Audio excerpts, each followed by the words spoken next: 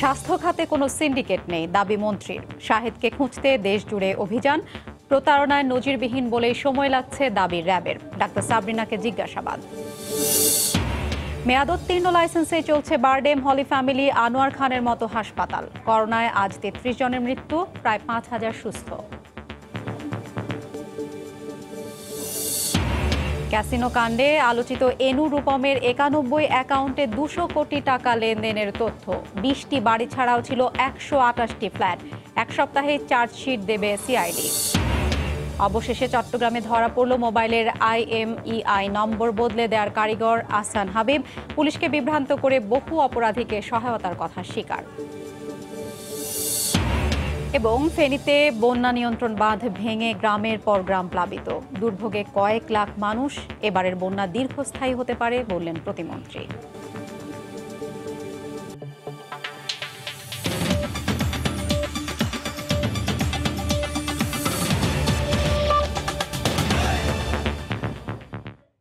সময় সংবাদের সঙ্গে আছি আমি হাফসাতুন্নেসা। স্বাস্থ্য খাতে কোনো সিন্ডিকেট নেই, সবকিছুই চলছে ঠিকঠাক। সময় সংবাদের কাছে এমন দাবি মন্ত্রীর। জেকেজি ও রিজেন্টের সঙ্গে স্বাস্থ্য অধিদপ্তরের চুক্তির বিষয়ে কিছুই জানতেন না বলে দাবি করেন তিনি। এদিকে সাবেক স্বাস্থ্যমন্ত্রী ডাক্তার আফম রুহুল হক বলছেন, খাতটি এখনও সিন্ডিকেটের দখলে। এহসান জুয়েলের রিপোর্ট। একের পর এক তুগলকি কাণ্ড।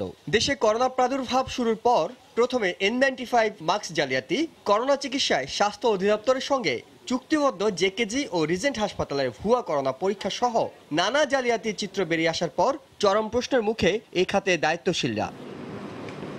এর মধ্যে জেকেজি এবং রিজেন্ট হাসপাতাল নিয়ে এখন চলছে স্বাস্থ্য মন্ত্রণালয় ও অধিদপ্তরের কাদা ছোড়াছড়ি। ঊর্ধ্বতন কর্তৃপক্ষের নির্দেশে হয়েছে চুক্তি এমন কথার জন্য এর মধ্যে মন্ত্রণালয় কারণ দর্শানোর নোটিশ দিয়েছে অধিদপ্তরের মহাপরিচালককে। সিন্ডিকেটের অদৃশ্য পুতুল নাচ যেন ক্রমশ স্পষ্ট হয়ে উঠছে। সাবেক স্বাস্থ্যমন্ত্রীও বলছেন, এই খাতে সিন্ডিকেট এখনো সক্রিয়।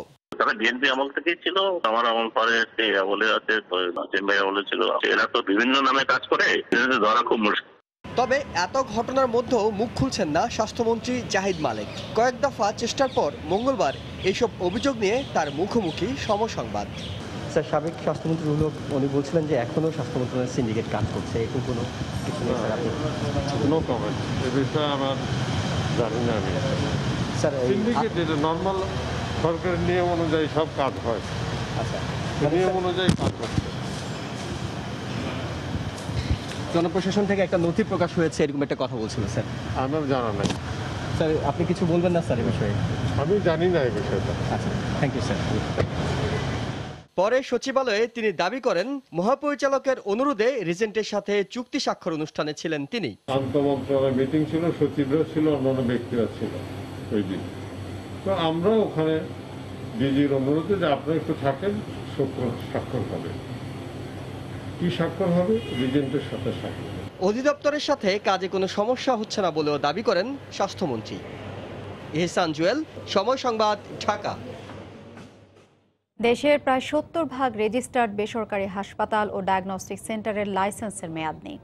মেয়াদোত্তীর্ণের তালিকায় বারডেম, হলি ফ্যামিলি কিংবা আনোয়ার খান মডার্নের মতো নামকরা হাসপাতালও আছে, ICDDRBর মতো প্রতিষ্ঠানও। তবে এই অবস্থার জন্য লাইসেন্স প্রক্রিয়ার দীর্ঘসূত্রতাকে দুষছে BPMCM। নামিদামি থেকে ভুঁইফোড় কোনো ধরনের প্রতিষ্ঠানেই নজরদারি নেই স্বাস্থ্য অধিদপ্তরেরও। রাশেদ লিমনের রিপোর্ট। রিজেন্ট কেলেঙ্কারিতে সবারই প্রশ্ন, লাইসেন্স নবায়ন নেই এমন প্রতিষ্ঠানের সঙ্গে কেন চুক্তিতে গেল স্বাস্থ্য অধিদপ্তর? তাহলে অন্য হাসপাতালগুলোর কি অবস্থা? অনুসন্ধানে নামে সময় সংবাদ। বের হয়ে আসতে থাকে একের পর এক থলের বিড়াল। অধিদপ্তরের হিসেবে সারা দেশে মোট হাসপাতালের সংখ্যা প্রায় 15,000, আর এর মধ্যে 2019-20 পর্যন্ত লাইসেন্স নবায়ন আছে মাত্র 4,159টি প্রতিষ্ঠানের। আরও অবাক করার বিষয়, এই তালিকায় আছে বারডেম হাসপাতাল। যদিও এ নিয়ে জানতে চাইলে ক্যামেরার সামনে কথা বলেননি প্রতিষ্ঠানটির কেউ।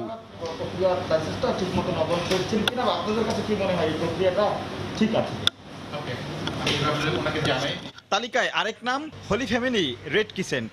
হাসপাতালটির পরিচালক বলছেন, নবায়ন কাজ প্রক্রিয়াধীন। আমি এই বিষয়ে আসলে ঠিক বলতে পারবো না, এটা একটা প্রসেসের মধ্যে আছে, এটা হয়ে যাবে। একই অবস্থা আনোয়ার খান মডার্নেরও, যদিও এ নিয়েও মুখ খোলেনি হাসপাতাল কর্তৃপক্ষ। বিস্মিত হতে হয় যখন আইসিডিডিআরবির মতো প্রতিষ্ঠান জানেই না তাদের নবায়নের মেয়াদ শেষ। তালিকায় আছে শাহাবুদ্দিন মেডিকেলের মতো প্রতিষ্ঠান। এজন্য স্বাস্থ্য অধিদপ্তরের অক্ষমতাকে দুষছেন বেসরকারি মেডিকেল কলেজ হাসপাতালের সংগঠন। ডিজি হেলথের যে লোকবল, এই লোকবল দিয়া 10,000 হসপিটালের আপনার যে লাইসেন্স যে রিনিউর যে ইস্যু, এই লোকবল দিয়ে খুবই দুরূহ ব্যাপার। এ নিয়ে অধিদপ্তরের হাসপাতাল পরিচালকের সঙ্গে কথা বলতে যায় সময় সংবাদ। তিনি ক্যামেরার সামনে কথা না বলে উল্টো বুঝালেন আইনের 7 মাছ। আমি যে বলছি হিসেবে জীবন মানে আর কোনো কথা বলা উচিত না। তথ্য অধিকার ফর্মে আপনি লিখিত ফর্ম ফিল আপ করে দেন, সব তথ্য আমরা দিয়ে দেব। পরে মহাপরিচালকের সঙ্গে যোগাযোগ করেও কোনো সাড়া মেলেনি। রাশেদ লিমন, সময় সংবাদ, ঢাকা। রিজেন্ট গ্রুপের চেয়ারম্যান মোহাম্মদ শাহেদকে খুঁজতে সিলেটের মৌলভীবাজারে গতরাত থেকেই চলছে অভিযান। সীমান্তেও বাড়ানো হয়েছে নজরদারি, করা হচ্ছে তল্লাশি।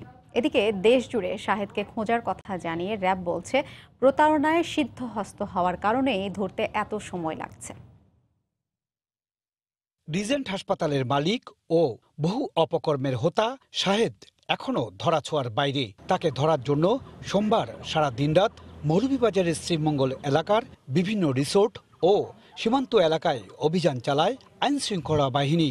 সীমান্ত শুল্ক স্টেশনগুলোতে কর্মরত কর্মকর্তারা রয়েছেন সতর্ক অবস্থায়। সেই একজন অপরাধী যেই হোক, আমরা প্রশাসনের লোক তথা একজন দেশের একজন নাগরিক হিসাবে আমরা চেষ্টা করব যে কোনো অপরাধী যেন কোনোভাবেই কোনো ধরনের সহযোগিতা বা কোনো ধরনের নজরদারি ব্যতীত সে অন্য দেশে পলায়ন করে, এই বিষয়ে আমরা সর্বদা সতর্ক থাকব।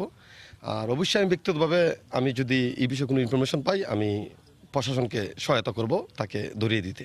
এদিকে মঙ্গলবার দুপুরে র্যাব সদর দপ্তরে এক সংবাদ সম্মেলনে র্যাবের আইন ও গণমাধ্যম শাখার পরিচালক আশিক বিল্লাহ জানান, রিজেন্টের চেয়ারম্যান শাহেদ নিজেকে প্রতারণার গডফাদার হিসেবে প্রতিষ্ঠিত করেছে। তাকে গ্রেপ্তারে দেশ জুড়ে অভিযান শুরু হয়েছে বলেও জানানো হয়। প্রতারণার জগতে শাহেদ একটা আইডল। প্রতারণাকে কিভাবে ব্যবহার করে সরল সাধারণ মানুষের কে ঠকবাজি করে কিভাবে একটা পর্যায়ে আসা যায়, সেটা শাহেদ একটা অনন্য দৃষ্টান্ত। নতুন অনেক অভিযোগ আমাদের কাছে আসছে। সর্বশেষ আমাদের কাছে যেটা এসেছে রিজেন্ট কলেজ বা রিজেন্ট ইউনিভার্সিটি সংক্রান্ত অনেক জাল সার্টিফিকেট উনি দিয়েছেন। সে যাতে দেশ থেকে পালিয়ে যেতে না পারে, সেক্ষেত্রে ইমিগ্রেশন পুলিশ এবং সকল আইন শৃঙ্খলা রক্ষাকারী বাহিনী যৌথভাবে সারা দেশের পাশাপাশি সীমান্তেও নজরদারি বৃদ্ধি করা হয়েছে। সোমবার সন্ধ্যার পর শাহেদের গ্রেপ্তারি পরোয়ানা জারির পর শ্রীমঙ্গল এলাকায় শতাধিক রিসোর্ট সহ চা বাগানের বাংলোগুলোর উপর কড়া নজরদারি রাখা হয়েছে। রিজেন্ট হাসপাতালের মালিক শাহেদ যাতে সিলেট অঞ্চলের কোনো সীমান্ত দিয়ে দেশের বাইরে যেতে না পারে, সেই জন্য প্রত্যেকটি সীমান্ত চেকপোস্টে নজরদারি বাড়ানো হয়েছে। মৌলভীবাজারের কুলাউড়া চাতলাপুর সীমান্ত এলাকা থেকে ইকরামুল কবির, সময় সংবাদ। এদিকে শাহেদের ভারতে পালানো ঠেকাতে সাতক্ষীরা সীমান্তেও সর্বোচ্চ সতর্ক অবস্থানে বিজিবি। জানা গেছে এর আগেও গ্রেফতার এড়াতে সাতক্ষীরায় গা ঢাকা দেন তিনি। সীমান্ত দিয়ে পালিয়ে ভারতের বারাসাতে ছিলেন 2 বছর। ভুয়া কোভিড পরীক্ষা সহ নানা জালিয়াতির ঘটনায় আবারও ভারতে পালিয়ে যাওয়ার শঙ্কা করছেন অনেকে। এ কারণে সীমান্ত এলাকায় সতর্কতা ও টহল আরও জোরদার করেছে বর্ডার গার্ড বাংলাদেশ।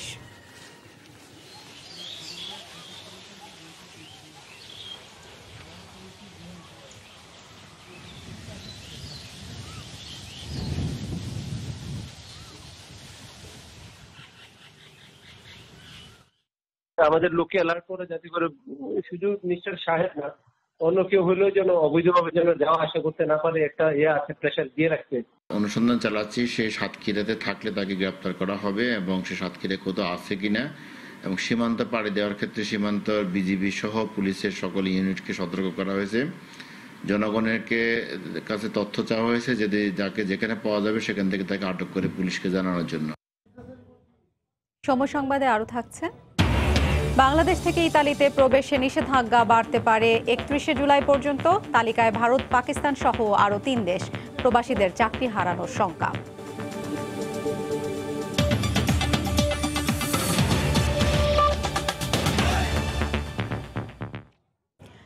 প্রতারণা তো করেছেনই, তার উপর প্রতিবারই প্রভাব খাটিয়ে পার পেয়ে গেছেন রিজেন্ট গ্রুপের চেয়ারম্যান শাহেদ। রাজুকের নির্দেশনা উপেক্ষা করে উত্তরায় কার্যক্রম চালিয়ে গেছে তার হাসপাতাল।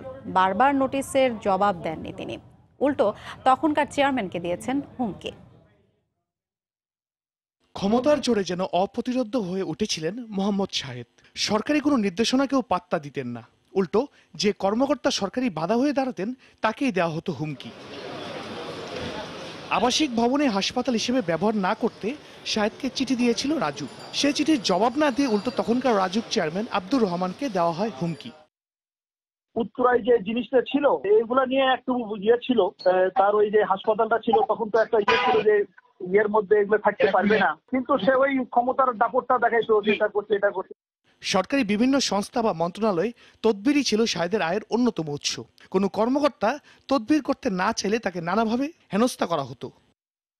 সে 2-1 বার আমার এখানে আসছিল, আমার এখানে অফিসে 2-1 বার আসছিল, কিন্তু সে কোনো প্রভাব বিস্তার করতে পারে নাই, আমার সঙ্গে সে কোনো কিছু করতে পারে না। মঙ্গলবার নানা অনিয়মের অভিযোগে রিজেন্ট গ্রুপের চেয়ারম্যান মোহাম্মদ শাহেদ সহ 17 জনের বিরুদ্ধে মামলা করা হয়। এরপর থেকেই পলাতক রয়েছেন শাহেদ। শাহরিয়ার জামান দ্বীপ, সময় সংবাদ, ঢাকা। রিজেন্ট গ্রুপের চেয়ারম্যান শাহেদ করিমের দুর্নীতি অনুসন্ধানে তথ্য চেয়ে স্বাস্থ্য অধিদপ্তর, বাংলাদেশ ব্যাংক, এনবিআর সহ একযোগে 9টি প্রতিষ্ঠানকে চিঠি দিয়েছে দুর্নীতি দমন কমিশন।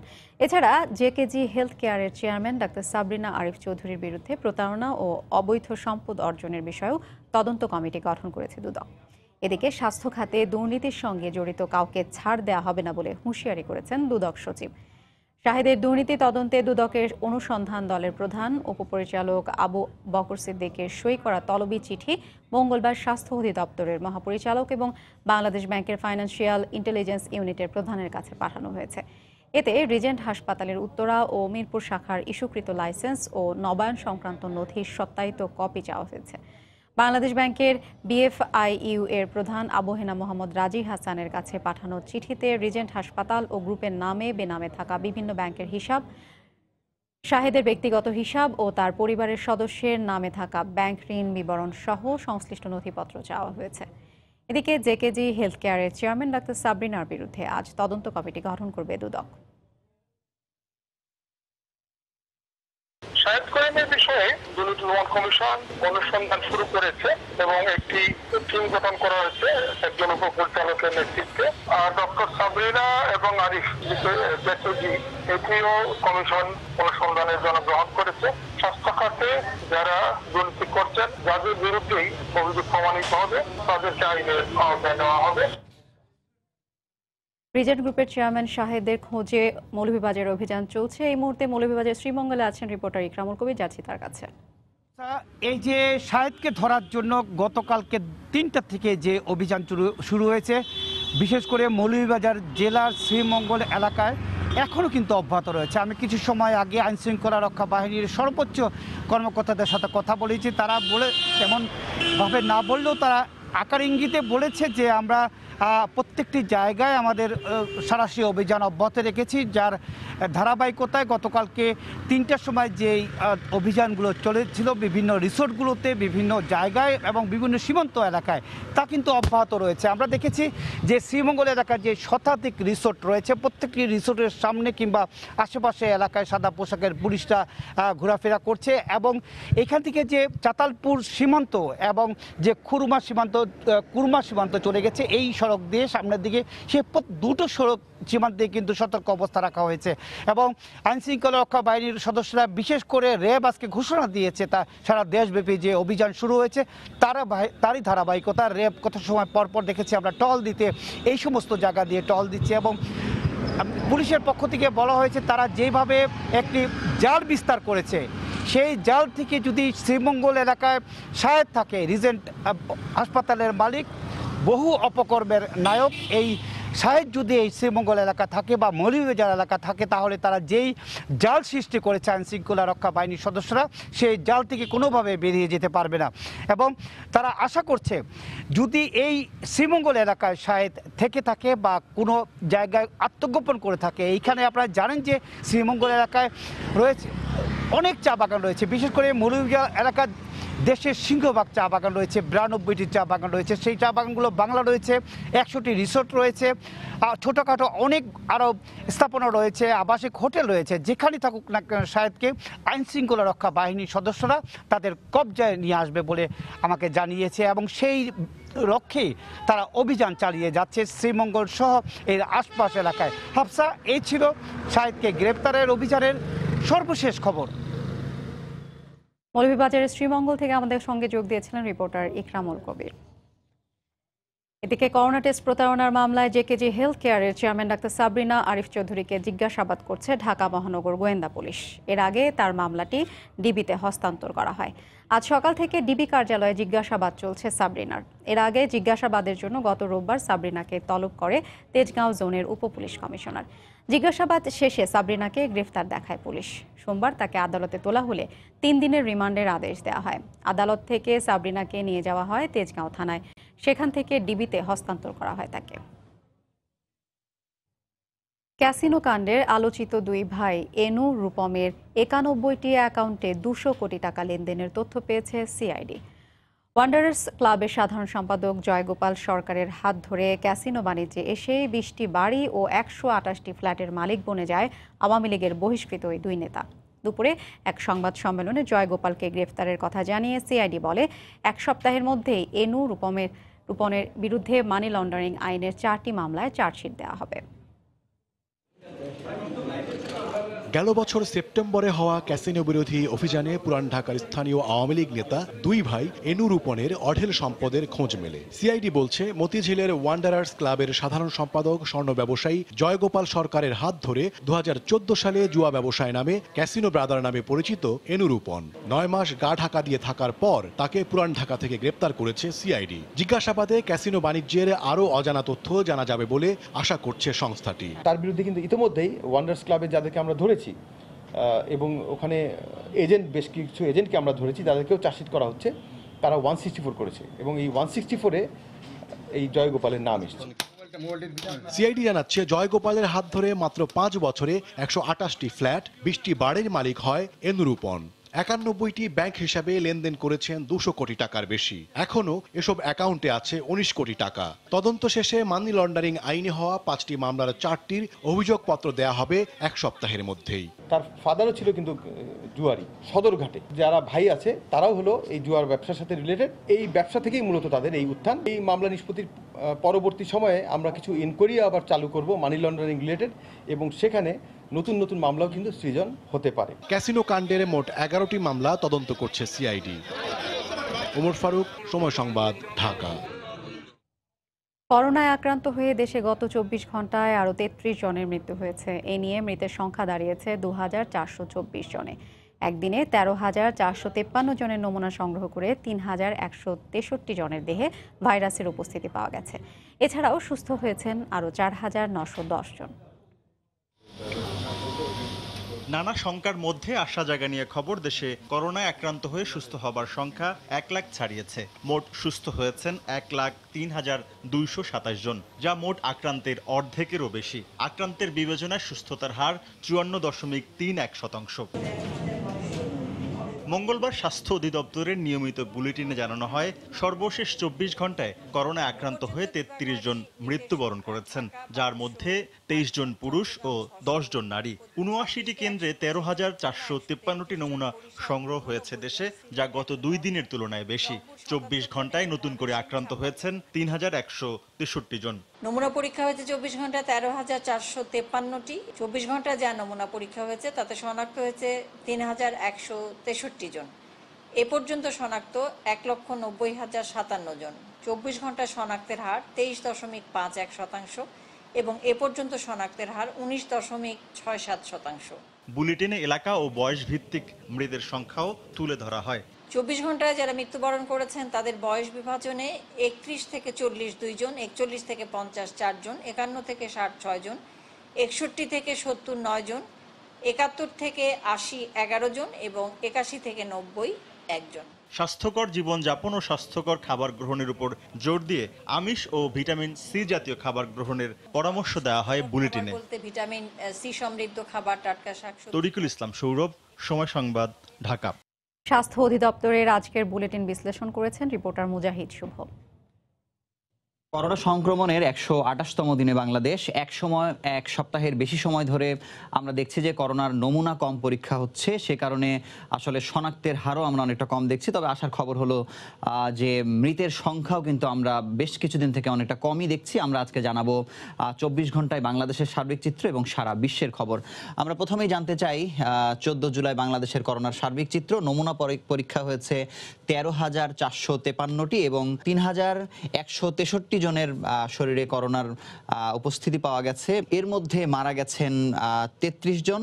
সুস্থতার সংখ্যা কিন্তু অনেক বেশি, 4,910 জন। শেষ 7 দিনের সংক্রমণের চিত্র আপনাকে জানাতে চাই। 11 জুলাই থেকে আসলে একটা ঊর্ধ্বগতি ছিল, 24%, 24.11%।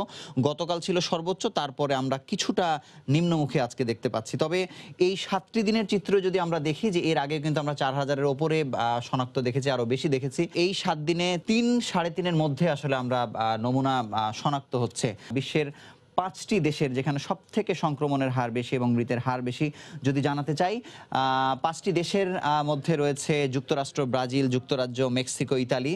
আমরা বরাবরই দেখেছি যে করোনা সংক্রমণ, আক্রান্ত এবং মৃতের সংখ্যার দিক থেকে যুক্তরাষ্ট্র শীর্ষে, এবং এর পরে যে 4টি দেশ আছে এগুলোর আসলে জায়গা বদল হয়েছে। কখনো যুক্তরাজ্য দ্বিতীয় ছিল, ইতালি কখনো তৃতীয় বা দ্বিতীয় ছিল, কিন্তু যুক্তরাষ্ট্র সবসময় একই জায়গাতে ছিল। স্বাস্থ্য বুলেটিনে আজকেও বলা হয়েছে যে সুস্থতার জন্য সামাজিক দূরত্ব অবশ্যই মানতে হবে, তবে বেশি বেশি পুষ্টিকর খাবার এবং ভিটামিন ডি নেবার জন্য সূর্যের আলোতে আসার জন্য কিন্তু বারবার অনুরোধ করা হচ্ছে। তো এই ছিল বিশ্লেষণের সবশেষ খবর। শ্বাসকষ্ট, উচ্চ রক্তচাপ, জ্বর সহ নানা উপসর্গ নিয়ে প্রতিদিন চট্টগ্রাম মেডিকেল কলেজ হাসপাতালে ভর্তি হচ্ছেন বয়স্ক রোগীরা। করোনায় প্রবীণদের মৃত্যুহার যেমন বেশি, তেমনি আক্রান্তের হার 30 থেকে 35%। বার্ধক্যজনিত নানা সমস্যা ও সচেতনতা কম থাকায় বয়স্করা করোনায় বেশি আক্রান্ত হচ্ছেন বলে মনে করেন চট্টগ্রাম মেডিকেল কলেজ হাসপাতালের পরিচালক। সাখাওয়াত হোসেন টিপুর ক্যামেরায় বিস্তারিত জানাচ্ছেন পার্থপ্রতিম বিশ্বাস। 50 স্ত্রী অঞ্জু দাসের চিকিৎসার জন্য নগরীর চাঁদগাঁও এলাকা থেকে চট্টগ্রাম মেডিকেল কলেজ হাসপাতালে আসেন 60 স্বামী প্রিয়তোষ দাস। গত কয়েকদিন ধরে জ্বর, মাথা ব্যথা সহ নানা সমস্যায় ভুগছেন স্ত্রী। কিন্তু করোনার ভয়ে কোনো সন্তান হাসপাতালে না আসলেও সহধর্মিণীকে নিয়ে ঠিকই এসেছেন স্বামী। কিন্তু চিকিৎসার জন্য হাসপাতালের এক প্রান্ত থেকে অন্য প্রান্তে ছুটতে হয়েছে বয়স ও বার্ধক্যজনিত কারণে কাবু হয়ে পড়া অসহায় এই দম্পতিকে। মাথা ব্যথা, গর্দর গিয়ে দুর্বল, মাথা তুলতে পারি না। আচ্ছা, জ্বর, না শ্বাসকষ্ট নাই। শুধু এই দম্পতি নয়, প্রতিদিন চট্টগ্রাম মেডিকেলে দূর দূরান্ত থেকে চিকিৎসার জন্য আসছেন বয়স্করা। শ্বাসকষ্ট, উচ্চ রক্তচাপ সহ নানা উপসর্গ নিয়ে ভর্তি হচ্ছেন রোগীরা। আমরা সীতাকুণ্ড থেকে মনে হয় এখানে নিয়ে আসছি, কিন্তু এখানে আসা ওষুধ কিছু পাচ্ছি না, এখানে শুধু প্যারাসিটামল দেয়। প্রচুর ব্যথা, বসতে পারি না, উঠতে পারি না। সাচিপের করোনা বিষয়ক সেলের সমন্বয়কের মতে বয়স্কদের করোনায় আক্রান্তের হারের চেয়ে মৃত্যুর হার বেশি। হাইপারটেনশন থাকেন, তাদের রিউমাটয়েড আর্থ্রাইটিস থাকতে পারে, এসএলই থাকতে পারে, অনেক ধরনের রোগে তারা আক্রান্ত হয়ে থাকেন। করোনা ভাইরাস যখন শরীরে প্রবেশ করে, এই দুর্বলতার সুযোগ দিয়ে তাদের ফুসফুসকে অনেক বেশি দুর্বল করে ফেলে। বার্ধক্যজনিত নানা সমস্যা ও সচেতন না হওয়ার কারণে করোনায় বয়স্করা আক্রান্ত হচ্ছেন বলে মনে করেন চট্টগ্রাম মেডিকেল কলেজ হাসপাতালের পরিচালক। শ্বাসকষ্টের সমস্যার সাথে সাথে একসাথে তখন দেখা যায় করোনা আক্রান্ত হলে জিনিসগুলোকে দেখা যায় তার এই সংক্রমণটা আর একটু বেড়ে যায়। চট্টগ্রামে এ পর্যন্ত করোনায় আক্রান্ত হয়েছেন 11,385 জন, মারা গেছেন 214 জন। অগ্রাধিকার ভিত্তিতে বয়স্ক রোগীদের পূর্ণাঙ্গ সেবা নিশ্চিত করা হোক, এই দাবি স্বজনদের। চট্টগ্রাম মেডিকেল কলেজ হাসপাতাল থেকে পার্থপ্রতিম বিশ্বাস, সময় সংবাদ। হোসেন মোহাম্মদ এরশাদের মৃত্যুর 1 বছরেও তার দল জাতীয় পার্টিতে কোন্দল মেটেনি। দলের চেয়ারম্যান পদ, সংসদের বিরোধী দলীয় নেতার পদ তো বটেই, এমনকি এরশাদ ট্রাস্ট নিয়েও নানা দ্বন্দ্বে জড়িয়েছেন ভাই জিএম কাদের, স্ত্রী রওশন এরশাদ এবং সাবেক স্ত্রী বিদিশা সিদ্দিক। তবে নেতাদের দাবি তারা ঐক্যবদ্ধ। বিস্তারিত মৌসুম ইসলামের রিপোর্টে। গত বছরের 14 জুলাই জাতীয় পার্টির প্রতিষ্ঠাতা চেয়ারম্যান হোসেন মোহাম্মদ এরশাদের মৃত্যুর পর 16 জুলাই তার দাফন সম্পন্ন হয়। এর একদিন পরই দলের কো চেয়ারম্যান ও এরশাদের ছোট ভাই জিএম কাদেরকে জাতীয় পার্টির চেয়ারম্যান ঘোষণা করা হয়। এই ঘটনার পর দলের রওশন এরশাদ অনুসারীরা পাল্টা সংবাদ সম্মেলন ডেকে দলের সিনিয়র কো চেয়ারম্যান ও এরশাদ পত্নী রওশন এরশাদকে জাপা চেয়ারম্যান ঘোষণা করেন। সেই সঙ্গে জিএম কাদের এবং রওশন এরশাদ দুজনেই সংসদে বিরোধী দলীয় নেতা হতে স্পিকারের কাছে চিঠি পাঠান। পরে এরশাদের শূন্য হওয়া সংসদীয় আসন রংপুর 3-এ পুত্র সাদ এরশাদকে মনোনয়ন দেয়া এবং সংসদের বিরোধী দলীয় নেতা রওশন এরশাদকে করার শর্তে সেই দফায় জিএম কাদের এবং রওশনপন্থীদের দ্বন্দ্বের আপাতত সমাধান মিলে। এদিকে এরশাদের মৃত্যুর আগে সব সম্পত্তি ট্রাস্টের নামে লিখে দেন, যার একমাত্র সুবিধাভোগী করা হয় পুত্র এরিক এরশাদকে। এরশাদের মৃত্যুর মাস চারেকের মাথায় সাবেক স্ত্রী এবং এরিক এরশাদের মা বিদিশা সিদ্দিক ট্রাস্টের নামে লিখে দেয়া সম্পত্তি প্রেসিডেন্ট পার্কের বাসায় পুত্র এরিকের সঙ্গে বসবাস শুরু করেন। এখানেও শুরু হয় বিদিশা জিএম কাদের দ্বন্দ্ব। তার মধ্যে আছে এত কিছুর পরও জাপা নেতারা বলছেন এরশাদের মৃত্যুর পর দলে বিভক্তি নয়, বরং দল আগের চেয়েও শক্তিশালী। পল্লী বন্ধু হোসেন মোহাম্মদ সাদ উনি মারা গেছেন 14 জুলাই। 31 ডিসেম্বর আমরা সম্মেলন করেছি এবং সেই থেকে আমরা সবাই মিলে একসাথে কাজ করছি। আপনি দেখছেন আমাদের মধ্যে কোনো বিভক্তি নাই। অত্যন্ত আস্থার সঙ্গে বলতে পারি জাতীয় পার্টিকে উনি যেভাবে রেখে গেছেন আল্লাহর রহমতে সেই জাতীয় পার্টিকে আমরা সেভাবেই রাখতে সক্ষম হয়েছি। অটুট ঐক্যবদ্ধ সুসংগত জাতীয় পার্টি আছে। দেশের প্রতিটি জেলা উপজেলায় দলকে আরো শক্তিশালী করার প্রত্যয় ব্যক্ত করেন এ সময় জাপা নেতারা। মৌসুম ইসলাম, সময় সংবাদ, ঢাকা। চট্টগ্রামে অপরাধীদের ব্যবহৃত মোবাইলের IMEI নম্বর পরিবর্তনকারী মাস্টারমাইন্ড আহসান হাবিব অবশেষে ধরা পড়েছে পুলিশের হাতে। প্রতিটি মোবাইলে স্বতন্ত্র IMEI নম্বর যাবতীয় তথ্য থাকলেও পুলিশের নজরদারি এড়াতে আহসান মাত্র কয়েক মিনিটে সেই নম্বর পরিবর্তন করে দিত। এমনকি বিশেষ কৌশলে কয়েকশো মোবাইলে একই ডিজিটের IMEI নম্বর দিয়ে আইনশৃঙ্খলা বাহিনীকে বিভ্রান্তিতে ফেলেছে। শাখা ও টেপর ক্যামেরায় বিস্তারিত জানাচ্ছেন কমল দে।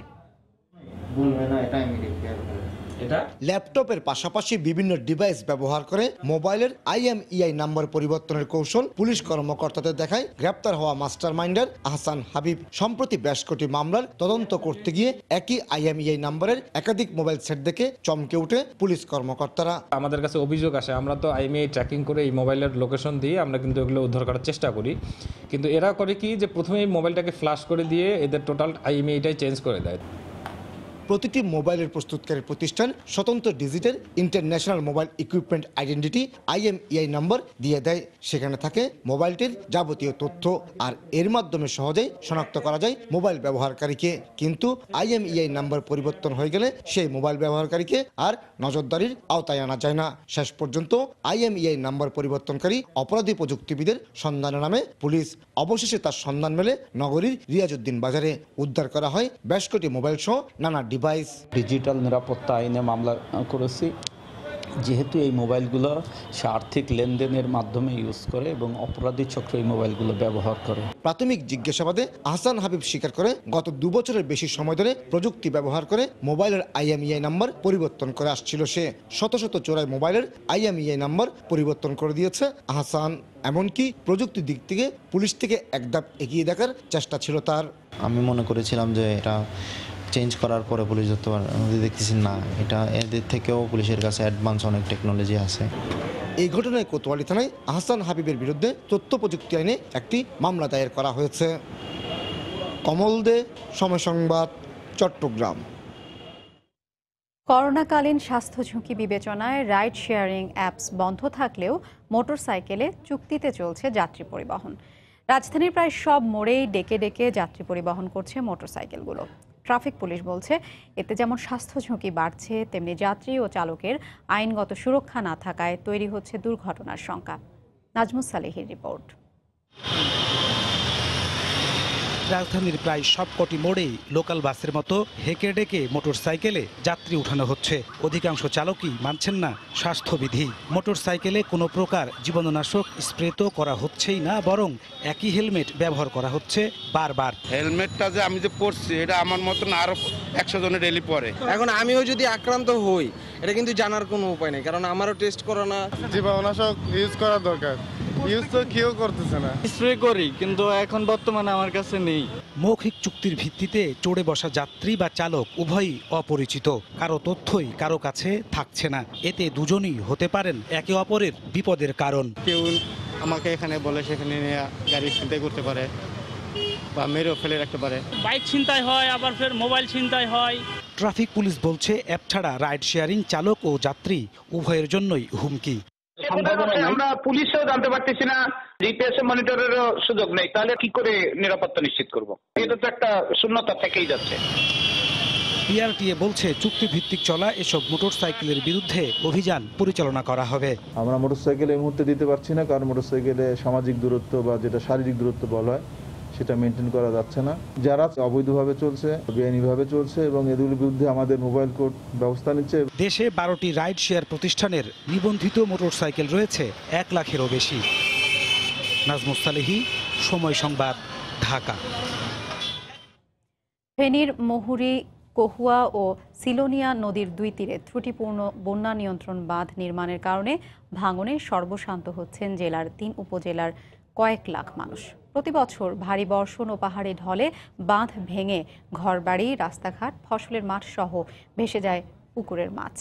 সংস্কার নয়, এলাকাবাসীর দাবি বাঁধের স্থায়ী সমাধান। জেলা প্রশাসন বাঁধ নির্মাণে ত্রুটির কথা স্বীকার করে প্রতি বছরের মতো এবারও সমাধানের আশ্বাস দিয়েছে। জুলহাস তালুকদারের ক্যামেরায় আতিয়া সজলের রিপোর্ট।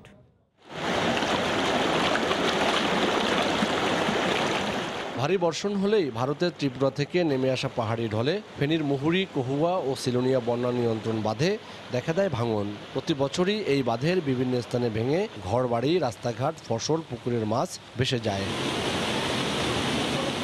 রোববার রাতে হঠাৎ 9টি স্থানে ভেঙে বন্যার কবলে পড়েছে 2 উপজেলার 15টি গ্রাম। এতে সীমাহীন দুর্ভোগে স্থানীয়রা।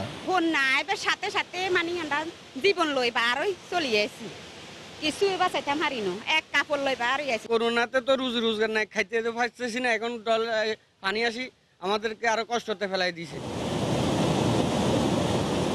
আকস্মিক এই বন্যার পানিতে এভাবেই লন্ডভন্ড করে দিয়ে গেছে এই অঞ্চলের বাসিন্দাদের অনেক আধা পাকা ঘর। শুধু ঘরের মাটি শুধু ভাসিয়ে নেয়নি, সেই সাথে ভেসে গেছে এই অঞ্চলের মানুষের স্বাভাবিক জীবনযাপনের অবলম্বনটি। পানি উন্নয়ন বোর্ড তো প্রত্যেক বছরে বাগনা আইলে বাগনার সামনে আসি মাফি টাফি লই যায়, টেন্ডার করে, এবার কি বাদে আবার একবার বাদে আবার চলে যায়। এলাকাবাসী এটা চাই স্থায়ীভাবে এটা সমাধান। বাঁধের নির্মাণ ত্রুটির কথা স্বীকার করে ফেনীর জেলা প্রশাসক বললেন, ফেনীর মানুষের দুঃখের অন্যতম এই বিষয়টির স্থায়ী সমাধান দরকার। নদীর পানির তরে ভেসে যায়, এইটা যদি স্থায়ী একটা রূপ দেওয়া যায় কিনা, অত টেকসই করা যায় কিনা, সেইটা আমরা অনুরোধ করবো যাতে পানি উন্নয়ন বোর্ড সেই ব্যবস্থাটা নেয়। তাহলে প্রতি বছর মানুষের জন্য এত হয়তো কষ্টটা লাঘব হবে। বন্যা নিয়ন্ত্রণ বাঁধটির নির্মাণ 2005 সালে শুরু হয়ে শেষ হয় 2011 সালে। এতে ব্যয় হয় 150 কোটি টাকা। স্থানীয়দের দাবি সংস্কার নয়, তারা চায় এই বাঁধের স্থায়ী সমাধান। আতিয়া সজল, সময় সংবাদ, ফেনী। এবারের বন্যা দীর্ঘস্থায়ী হবে। এছাড়া আগস্টের প্রথম সপ্তাহ পর্যন্ত দেশের 23টি জেলা বন্যা কবলিত থাকবে বলে জানিয়েছেন দুর্যোগ ব্যবস্থাপনা ও ত্রাণ প্রতিমন্ত্রী। বিকেলে সচিবালয়ে দেশের বন্যা পরিস্থিতি নিয়ে এক ব্রিফিংয়ে তিনি কথা জানান। এদিকে বন্যা যতই দীর্ঘস্থায়ী হোক, তা মোকাবিলা ও ক্ষতিগ্রস্তদের ত্রাণ সহায়তা দিতে সকল প্রস্তুতি রয়েছে বলেও জানান প্রতিমন্ত্রী।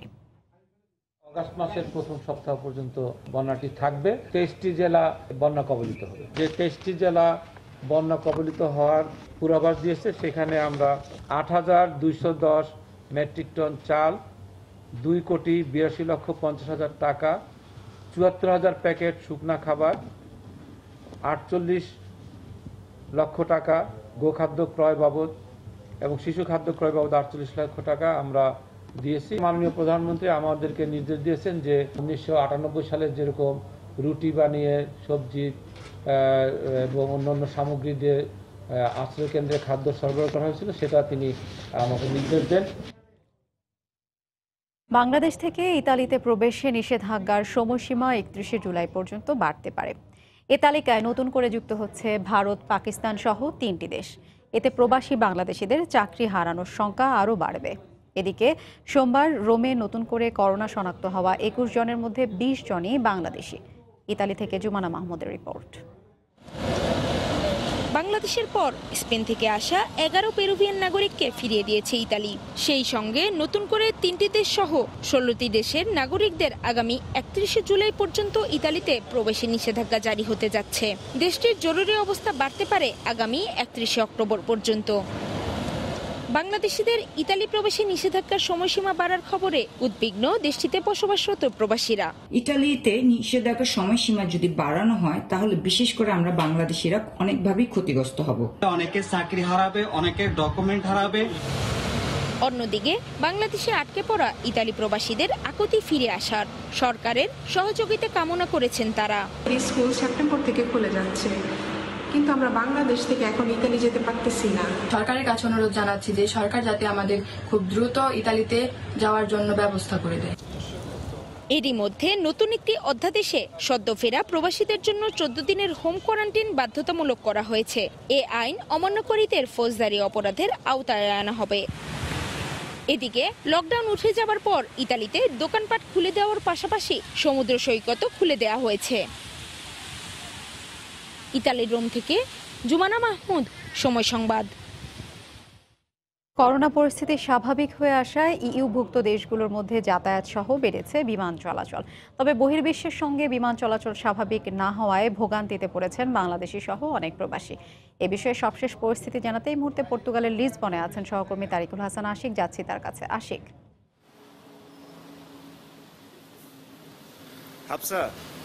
আমরা জানি যে করোনা পরিস্থিতি মোটামুটি স্বাভাবিক হওয়া যখন শুরু করে তখন থেকেই কিন্তু অর্থনৈতিক মন্দা কাটাতে ইউরোপীয় ইউনিয়নভুক্ত দেশগুলোর মধ্যে যে আন্তঃদেশীয় যে বিমান চলাচল সেটি কিন্তু স্বাভাবিক হয় এবং সেটাই আমরা দেখছি যে এখন মোটামুটি যেহেতু সামার চলছে এবং সামারে আমরা জানি যে ইউরোপে আমেরিকায় ভ্যাকেশন চলে থাকে, এই সময়টিতে অবকাশ যাপনের সময় এবং ইউরোপিয়ানরা কিন্তু প্রচুর যাতায়াত করে থাকেন এক দেশ থেকে আরেক দেশে বিভিন্ন অবকাশ যাপনে। তো আমরা জানি যে এখন প্রত্যেকটি দেশের মধ্যে যেহেতু উড়োজাহাজ চলাচল খুব স্বাভাবিক হয়েছে, এক দেশ থেকে অন্য দেশে কিন্তু যাত্রীরা যাতায়াত করছেন, সেটা পর্যটন খাতে খুব বেশি না হলেও বিভিন্ন প্রয়োজনে কিন্তু এক দেশ থেকে অন্য দেশে যাত্রীরা যাচ্ছেন। তো আমরা পর্তুগালেও দেখেছি যে গেল কয়েকদিনে যেহেতু উড়োজাহাজ চলাচল স্বাভাবিক রয়েছে, প্রচুর সংখ্যক পর্যটক কিন্তু পর্তুগালে এসেছেন ইউরোপীয় ইউনিয়নভুক্ত দেশগুলি থেকে। কিন্তু ইউরোপের অন্তত বিভিন্ন দেশের কিন্তু একটা বড় পর্যটকরা এসে থাকেন ইউরোপের বাইরে থেকে, যেরকম যুক্তরাষ্ট্র থেকে আমরা দেখে থাকি অনেক পর্যটক এসে থাকেন। এছাড়া হচ্ছে যে এশিয়ার বিভিন্ন দেশ থেকে, চায়না থেকে পর্যটকরা এসে থাকেন। যেহেতু এই উড়োজাহাজ চলাচল এখনও এই রুটে স্বাভাবিক হয়নি, সেহেতু এই খাতটি কিন্তু এখনও ওভাবে ঠিক জমে ওঠেনি। অর্থাৎ পর্যটন সংশ্লিষ্ট বাংলাদেশি ব্যবসায়ীরা থেকে শুরু করে বিভিন্ন খাতের যে ব্যবসায়ীরা তারা কিন্তু এখনও ক্ষতিগ্রস্ত হচ্ছেন, কেননা আমদানি রপ্তানি আন্তর্দেশীয় অর্থাৎ ইউরোপের মধ্যে স্বাভাবিক হয়েছে, বহির্বিশ্বের সাথে কিন্তু এখনও সেই স্বাভাবিক প্রক্রিয়াটি এখনও হয়ে ওঠেনি। তারপরেও প্রতিদিন আমরা দেখছি যে নতুন নতুন সিদ্ধান্ত ইউরোপীয় ইউনিয়ন নিচ্ছে, নতুন নতুন সিদ্ধান্ত ইউরোপিয়ান কমিশন থেকে আসছে এবং সেই সিদ্ধান্তগুলোর উপর ভিত্তি করে ইউরোপ কিন্তু স্বাভাবিক জীবনে ফিরতে শুরু করছে। পর্যটকরা কিন্তু যেহেতু পর্তুগালের সাথে আমরা জানি যে স্পেনের স্থলসীমান্ত রয়েছে, প্রচুর সংখ্যক যাত্রী প্রতিদিন পর্তুগাল থেকে কিন্তু স্থলপথে স্পেনে যাচ্ছেন। অন্যদিকে স্পেন হয়ে আমরা জানি যে ফ্রান্স থেকে প্রচুর সংখ্যক পর্যটক পর্তুগালে প্রবেশ করছেন। তো তারপরেও কিন্তু যে সীমাবদ্ধতা বা যে সংকটের কথা আমরা বলছি, যে বহির্বিশ্বের সাথে যোগাযোগ রক্ষার যে চেষ্টা সেটি কিন্তু ইউরোপীয় ইউনিয়ন করে যাচ্ছে।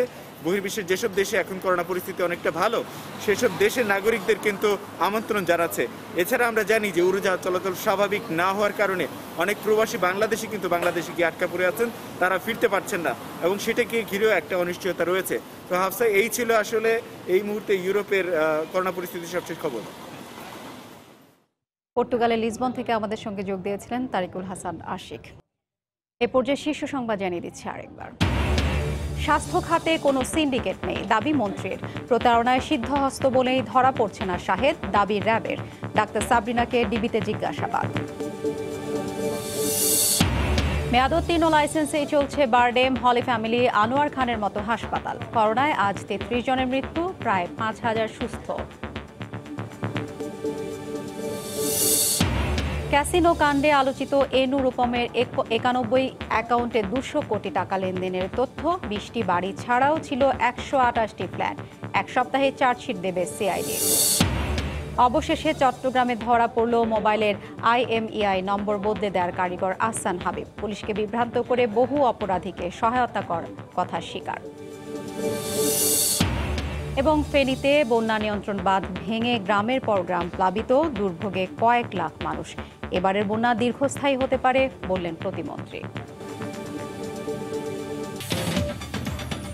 এই ছিল এখনকার মতো। যে কোনো খবর পেতে ভিজিট করুন সময়নিউজ.tv। আপনার মোবাইলের সময় সংবাদ দেখতে সব খবর পেতে ডাউনলোড করুন সময় অ্যাপ। এছাড়া এই মাত্র পাওয়া খবর মোবাইলে পেতে SMS করুন *BN লিখে পাঠিয়ে দিন 16242 নম্বরে। সঙ্গে থাকুন সময়।